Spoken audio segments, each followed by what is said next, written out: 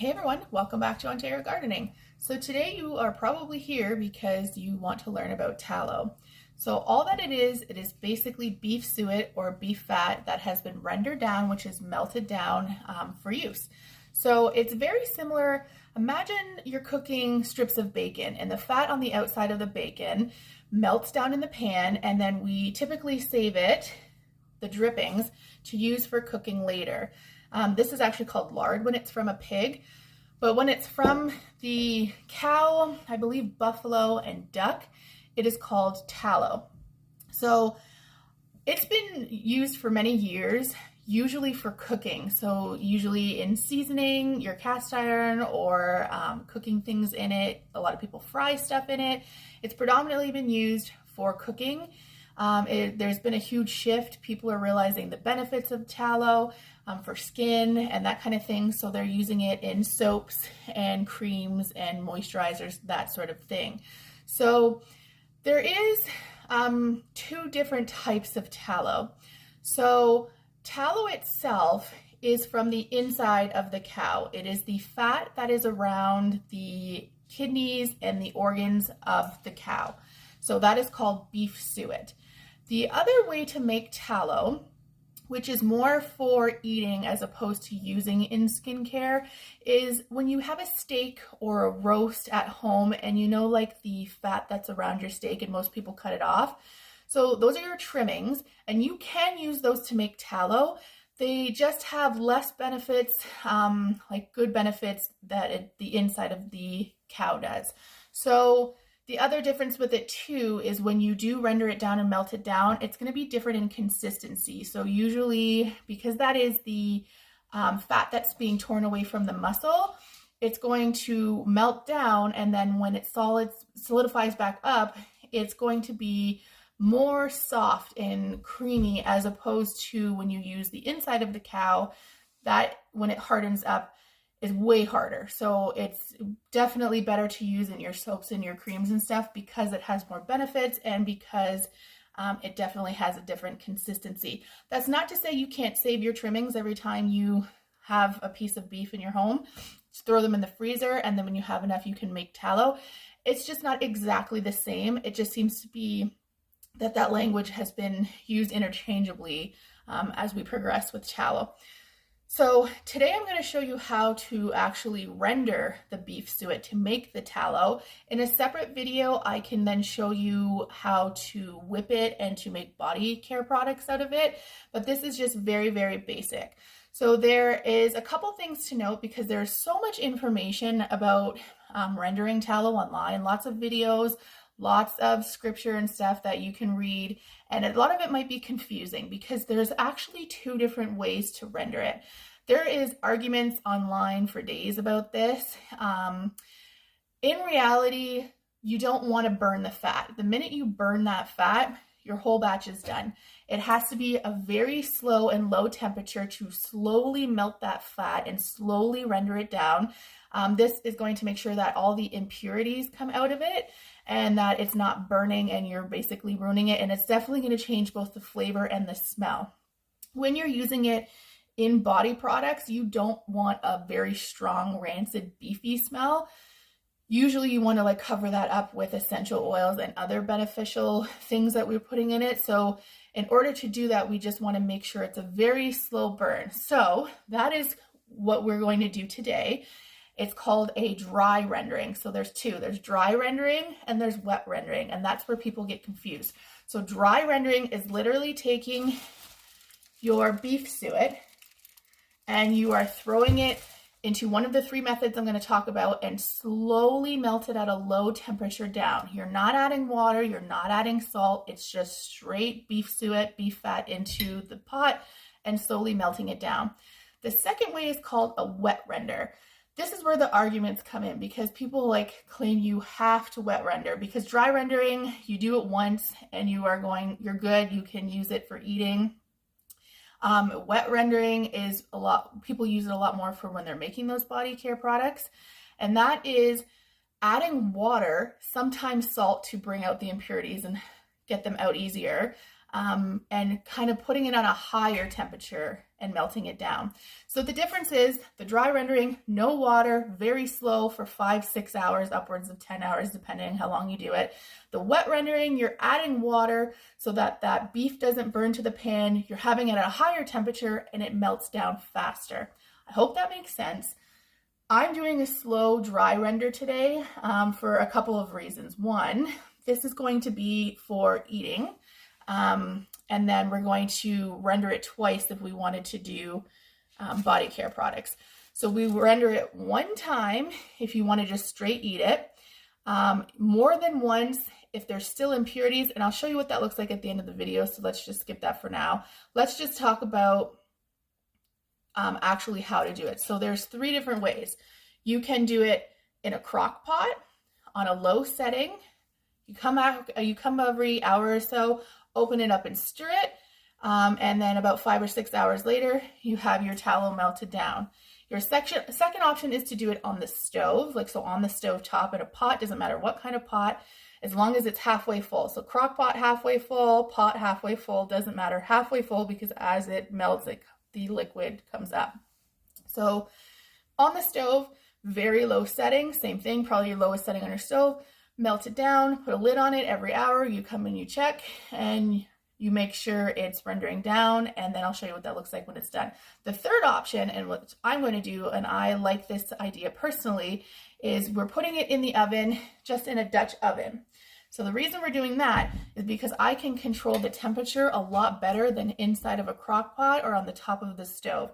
So I'm going to set this to 225 with my beef in it, and we're going to render it down very slowly in the stove. Same thing every hour. I'm going to come and stir it until we have got most of it melted down. So I'm going to move on from that. Those are your 3 options. That's dry rendering versus wet rendering and what exactly it is.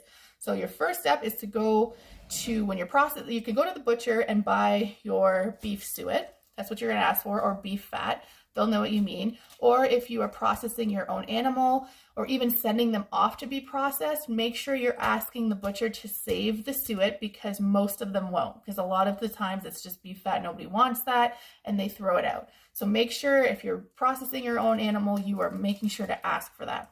So first thing we're going to do is you start off with about 5 pounds, depending on the size of your pot. So remember I said we only want to fill it halfway. So there is an option if you get it from the butcher. My butcher actually asked me if I wanted it whole or if I wanted it ground up. Ground up would have definitely been better. You want your pieces pretty small so that it melts down faster and you're not trying to melt like massive chunks. Like imagine throwing a whole ice cube in a hot pan versus little pieces of an ice cube in a hot pan. Of course, those little pieces are going to melt down faster. So similar theory here. So I ended up getting it whole so I can show you from start to finish, but there is the option of getting your suet ground up at the butcher, and it kind of saves you a step. But this is actually 7 pounds. So I'm going to probably actually cut it in half for this video, just because I want to make the first batch with you guys, and then I'll put this in the freezer and make a second batch a different time. But first thing we're going to do is we're going to cut this, and we are going to use a good knife, and we are going to slice it into small chunks. Just little ones, no bigger than an inch. I would say like half an inch is probably good, but I will show you what that looks like, and then we'll start this process.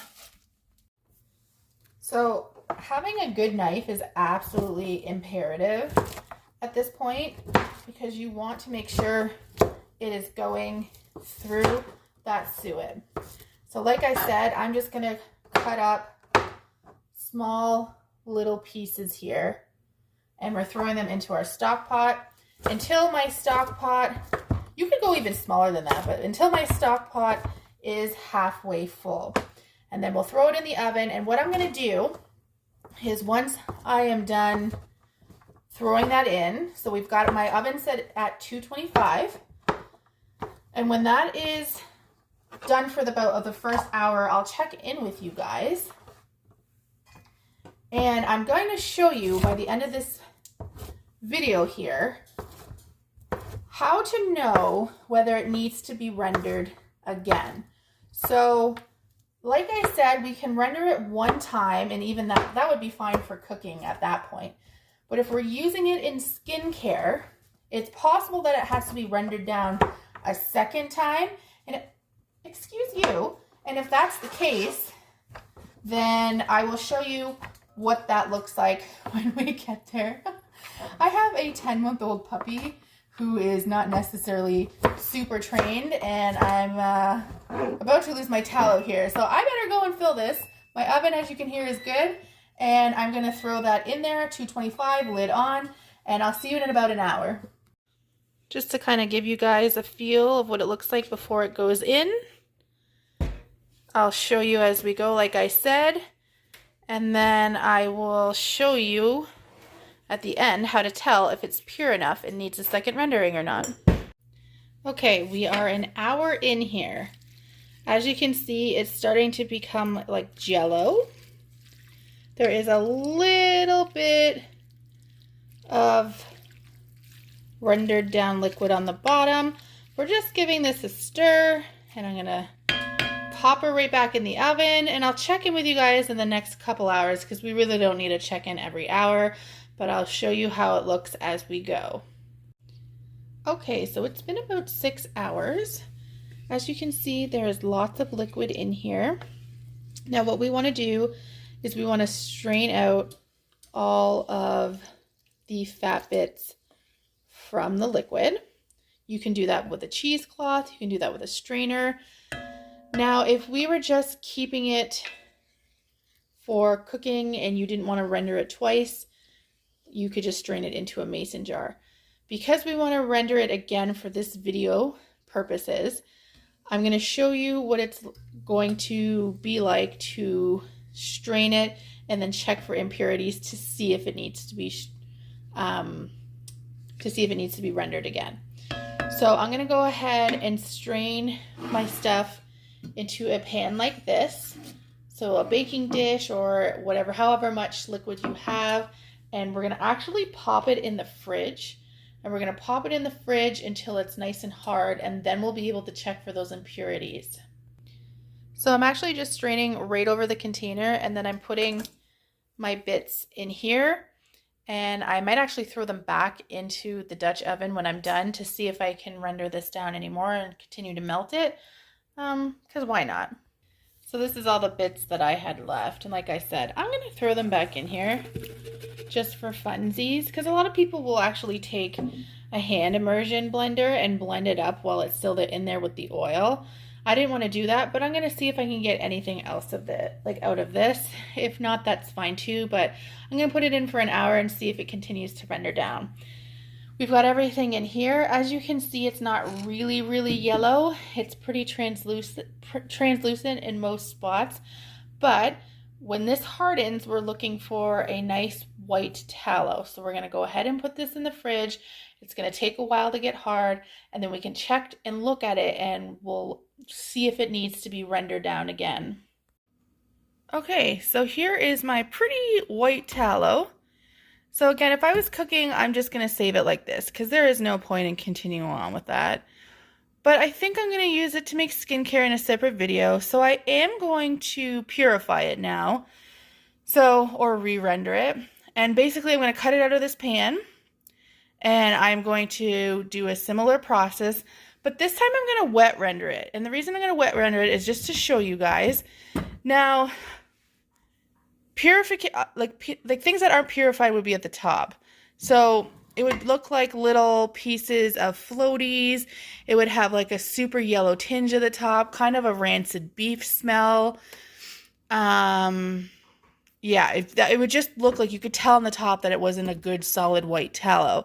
So you'd want to repurify anyways, even if you were eating it. But for skincare, usually they say between 3 to 8 times. That's a little excessive to do it 8 times unless you don't have a good quality beef. I started with a good quality beef fat to start, but I'm going to show you the wet rendering just to kind of give you an idea. So I'm going to cut it out of chunks in this pan, and we're going to put it back into that crock pot and into the oven. So this time I'm actually just going to do it right on the stove top. So you're going to want to do about half a cup of water and a pinch of salt for every cup of tallow. So you're going to have to eyeball it. I'm going to do about a cup for this here, cup and a half. Once it gets in there melted, I'll see. And a pinch or two of salt. And what the water is going to do is it's going to force all of the impurities to the top. So when it re-dries, we'll be able to skim those off if there is any. It's possible I just need 2 renders on this because this is already looking really good. But like I said, you'll know because you'll be able to see a very, very specific color on the top. You'll see little things in it, floaties in it, that kind of thing. So I'm going to go ahead and chop this up. And this is the importance of using that non-stick pan, because see how it just like cracks right out of here? Like this already looks like a solid piece of tallow. So I'm just going to do a small, I'll just do 2 different renderings for my skincare. But we're going to go ahead and put these all into that pot, and we're going to put our stove down to a low, see what happens, and then if we have to, we'll turn it up to like the second setting. So a thermometer would work great for this because we want to keep it between that 225, 250 mark. But this is only going to take about 2 to 3 hours as opposed to a 5 to 8 hour ordeal in the oven because we're just purifying it. The purifying process only takes a couple hours each time. So that's why I'm just going to do it on the top of the stove. I've got a couple hours. I just woke up and we'll do it this way. So, okay, so I've got all the tallow back in there. I'm going to add my cup of water and just a dash of salt down to where the water is. I'm going to turn my stove onto low, put the lid on, and we're going to sit and wait for this to melt down.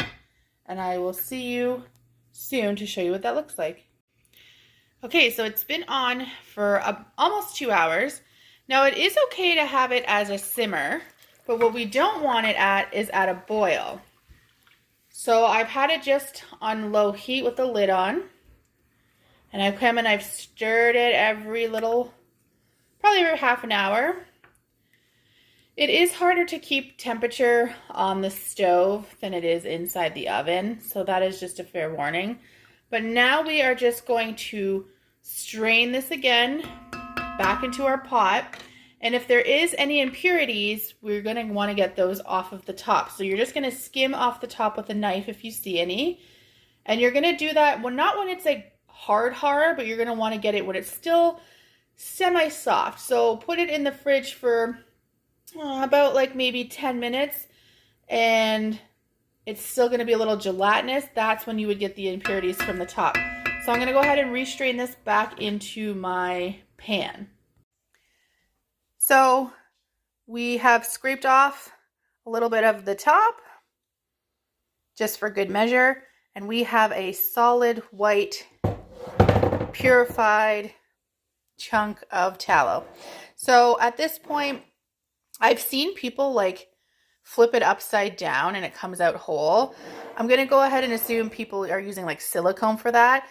I'm just going to cut this into chunky, similar to how you've seen, and I'm going to store it in the fridge because I'm going to show you in another video, so watch for that, how to make hand cream and face cream. Maybe I'll just start with the hand cream. That's a good start. I'll start with hand cream. And then you can kind of get an idea. Basically, most tallow recipes that I'm seeing for this, you are taking this and you're whipping it and you're adding different ingredients based on whatever it is you want to make. So if you're doing a whipped body butter, you would put it with like shea butter or cocoa butter and coconut oil with different essential oils for smell. If you're doing a face cream or a hand cream, you would, same thing, whip it up with maybe some olive oil. But anyways, this is doing tallow. It's a little bit longer of a video, but I wanted to give you as much information as possible. So until next time, we will talk to you later. Bye.